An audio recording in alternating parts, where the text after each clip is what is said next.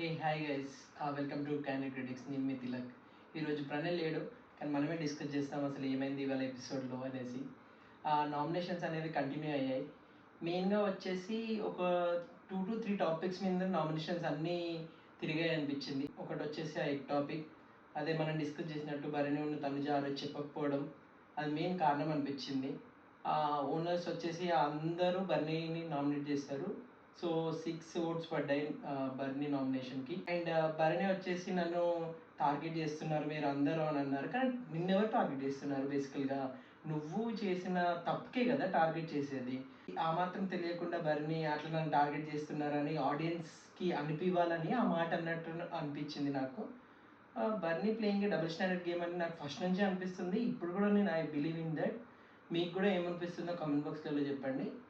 And ఇంకొక ఎక్కువ nominations పడ్డాయి హరీష్ గారు లైక్ ఫుడ్ తినకపోవడం, మీరు గివ్ అప్ ఇచ్చేశారు అని, అట్లా డిఫరెంట్ రీజన్స్ లైక్ మీరు అమ్మాయిలకు రెస్పెక్ట్ ఇవ్వట్లేదని, ఇలాంటి రీజన్స్తోని హరీష్కి 4 నామినేషన్స్ పడ్డాయి. సో ఈ హరీష్ కూడా చాలా ఆర్గ్యుమెంట్ చేశాడు ఇవాళ ఇమ్మాన్యుయల్తో. మళ్ళీ అదే రెడ్ ఫ్లవర్ గుండంకుల్ టాపిక్ వచ్చింది. బేసికల్గా నాకు ఏమనిపిస్తుంది అంటే హరీష్ విషయంలో వీళ్ళందరూ కావాలని ఓవర్ చేస్తున్నారు అనిపిస్తుంది. ఈవెన్ ఇమాన్యుయల్, నేను కొన్ని క్లిప్స్ చూశాను అనమాట. ఎప్పుడైతే ఈ గుండంకులని ఒక్కసారి అనలేదు, ఒక 3-4 టైమ్స్ అనడం వల్ల అతను ట్రిగర్ అయ్యాడేమో.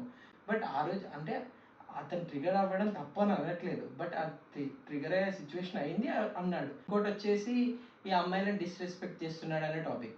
ఆ విషయంలో నేను completely disagree with every one అనమాట. హరీష్ అన్నది ఎట్లా అంటే ఇమాన్యుయల్ అమ్మాయిలతో మాట్లాడుతా అన్నందుకు ఈయన ఏమన్నాడు, నేను ఇన్ని రోజులు అబ్బాయిలతో మాట్లాడాను అనుకున్నాను, బట్ అమ్మాయిలతో మాట్లాడాను అని ఇమాన్యుయల్ స్టేట్మెంట్ని మళ్ళీ రీఫ్రెష్ చేసుకుంటూ చెప్పాడు అంతే. బట్ ఏం చేశాడు బిగ్ బాస్, ఏం చేశాడంటే తెలియకల్లగా మొత్తం హరీష్ మీదకి ఫోకస్ చేశాడు అనమాట. సండే ఎపిసోడ్, సాటర్డే ఎపిసోడ్ అసలు చాలా టాపిక్స్ ఉన్నాయి మాట్లాడడానికి. నాకు సార్ ఏం మాట్లాడకుండా దీన్నే ఫోకస్ చేయడం అనేది నాకు అసలు నచ్చలేదు. కంప్లీట్గా హరీష్ని టార్గెట్ చేసి హరీష్ని సెంటర్ చేసి మేబీ అతనికి హెల్ప్ అవ్వచ్చు. లెట్స్ సీ అసలు అది ఎక్కడ దాకా వస్తుంది అనేసి. నెక్స్ట్ ఫ్లోరా గారిని కూడా ఎక్కువ నామినేషన్స్ పడ్డాయి. ఆ ఫ్లోరాకి వచ్చేసి ఆ డస్ట్బిన్ గురించి లైక్ క్లాత్స్ ముట్టుకోను నేను, ఆ విషయంలోనే ఎక్కువ నామినేషన్స్ పడ్డాయి. అసలు వేరే వాళ్ళకి ఏ నామినేషన్స్ పాయింట్ దొరికినట్టున్నాయి, దొరికిన వాళ్ళనే వేసుకున్నారు.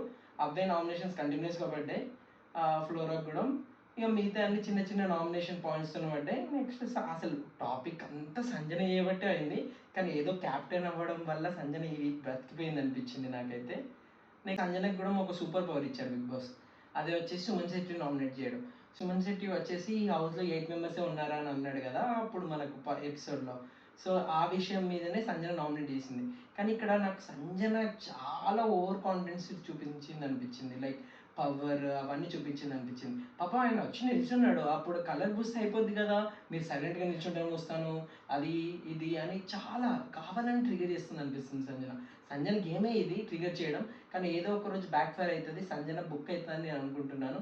మీరేమనుకుంటున్నారు చెప్పండి. అండ్ మనీష్కి, పవన్కి అండ్ ప్రియాకి కూడా నామినేషన్స్ పడ్డాయి డిఫరెంట్ రీజన్స్తోని. వాళ్ళు కూడా నామినేషన్స్లో ఉన్నారు. మీకు నచ్చిన వాళ్ళకి ఓట్ చేయండి. ఎవరైతే బిగ్ బాస్లో ఉండాలనుకుంటున్నారో, ఎవరి వల్ల బిగ్ బాస్లో ఎంటర్టైన్మెంట్ వస్తుందో, లేకపోతే కనీసం కంటెంట్ వస్తుందో వాళ్ళని ఉంచడానికి ట్రై చేయండి. మిగతా వాళ్ళని తీసేయడానికి ట్రై చేయండి, ఓట్ వేయకండి. మేము ఇలాగే షార్ట్ అండ్ స్వీట్గా మీ ముందుకు కొత్త వీడియోస్తో వస్తూనే ఉంటాము. Please like, share, subscribe to candid critics. మళ్ళీ రేపటి ఎపిసోడ్లో కలుద్దాం.